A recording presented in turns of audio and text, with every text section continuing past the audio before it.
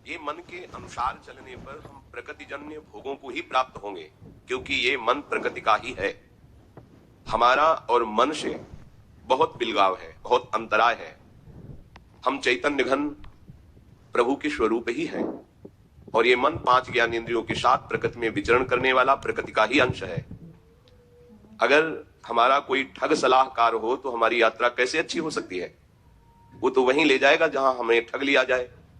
तो इस मन के साथ शब्द स्पर्श रूप रस गंध, काम क्रोध मद लोभ मोह मत्सर, ये सब इसके इशारे पर खड़े हैं।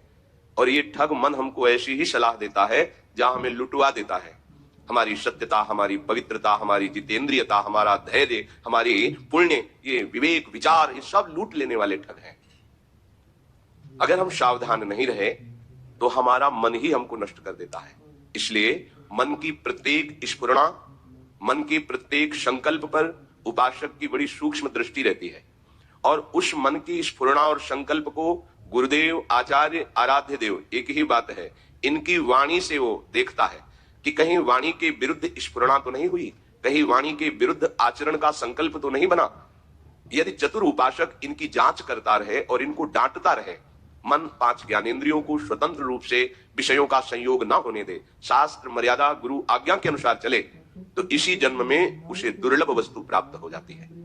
अपने लोगों की इतनी नीची धरा हो गई है कि हमें दुर्लभ वस्तु प्राप्ति की चाह ही नहीं रह गई।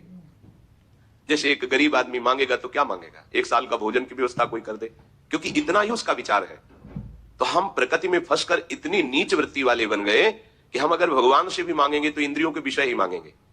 हमें भोगने के लिए भोग दे दीजिए और भोग योग्य शरीर कर दीजिए। ये हमारी निकृष्टता।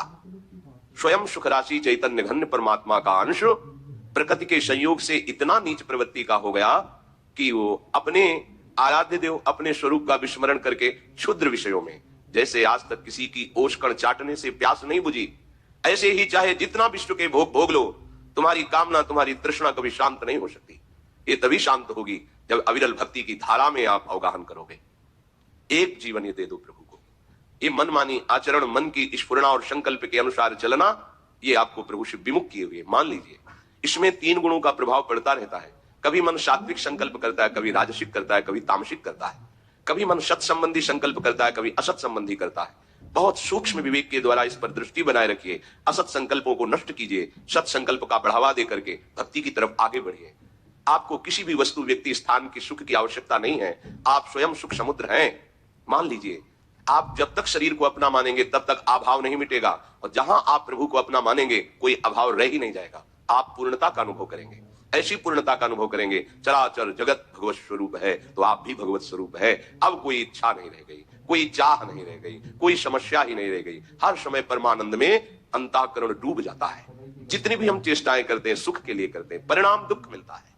हम क्यों नहीं समझ पा रहे कि हमारा रास्ता गलत है? अगर एक बार धैर्य से सोचो, जब से हमें होश संभाला तब से हम उपाय सुख का करते हैं, लेकिन दुख से पिंड नहीं छूट रहा। मतलब रास्ता गलत है। आओ प्रभु की तरफ। जो ही प्रभु की तरफ आओगे तो ही तुम्हें हो सकता है माया सुख का प्रलोभन दे या दुख का भयावह दृश्य रख दे। घबराना नहीं, क्योंकि वो अपने फंदे से बाहर नहीं निकलने देना चाहती। दुरत्या सहज में ऐसे मुक्त नहीं कर देती। आप हिम्मत वाले बनो, धैर्यवान बनो, और ये तभी आप बन सकते हो जब प्रभु को अपना मानोगे। प्रभु को अपना मानने वाला हर कष्ट सह सकता है। प्रभु को अपना मानने वाला हर वस्तु का त्याग कर सकता है। प्रभु को अपना मानने वाले को कभी कुछ भी दुर्लभ नहीं है। इस बात को पकड़िए आप। केवल प्रभु को अपना मानने वाले को सदगति उसके करतल में रहती है, उसके हाथ में सदगति है। इसलिए भगवान कृपा करके कह रहे हैं, बहुनाम जन्मनामन्ते ज्ञानवान माम प्रपद्यते वासुदेवः सर्वमिति स महात्मा सुदुर्लभः। बहुत जन्मों की साधना के परिणाम रूप वो मेरी शरण में होकर के जान पाता है कि केवल भगवान ही भगवान है। भगवान अपने को त्रिगुण माया का पर्दा लगाकर ढके हुए यही है, हमारे पास है, हमारे सामने है, और हमारे नेत्रों में पर्दा लग गया है त्रिगुण माया का। आप निरंतर प्रभु का आश्रय लेकर नाम जप कीजिए, आपकी स्थिति बदल जाएगी। पूज्य श्री भाई जी महाराज, राधा माधो बसी रहे ही महनी दिललाम, मुख निर्तत नित नव मधुर, राधा माधो नाम, राधा माधो। प्रेम रस सुधादीप सुमहान स्वसुख वासना रहित चित करत निरंतर पान। निष्काममति बहुत दुर्लभ है। बुद्धि में कोई कामना ही न रह जाए और सबके प्रति सुख देने का भाव आ जाए, ये रसोपासना के उपासक की नींव है।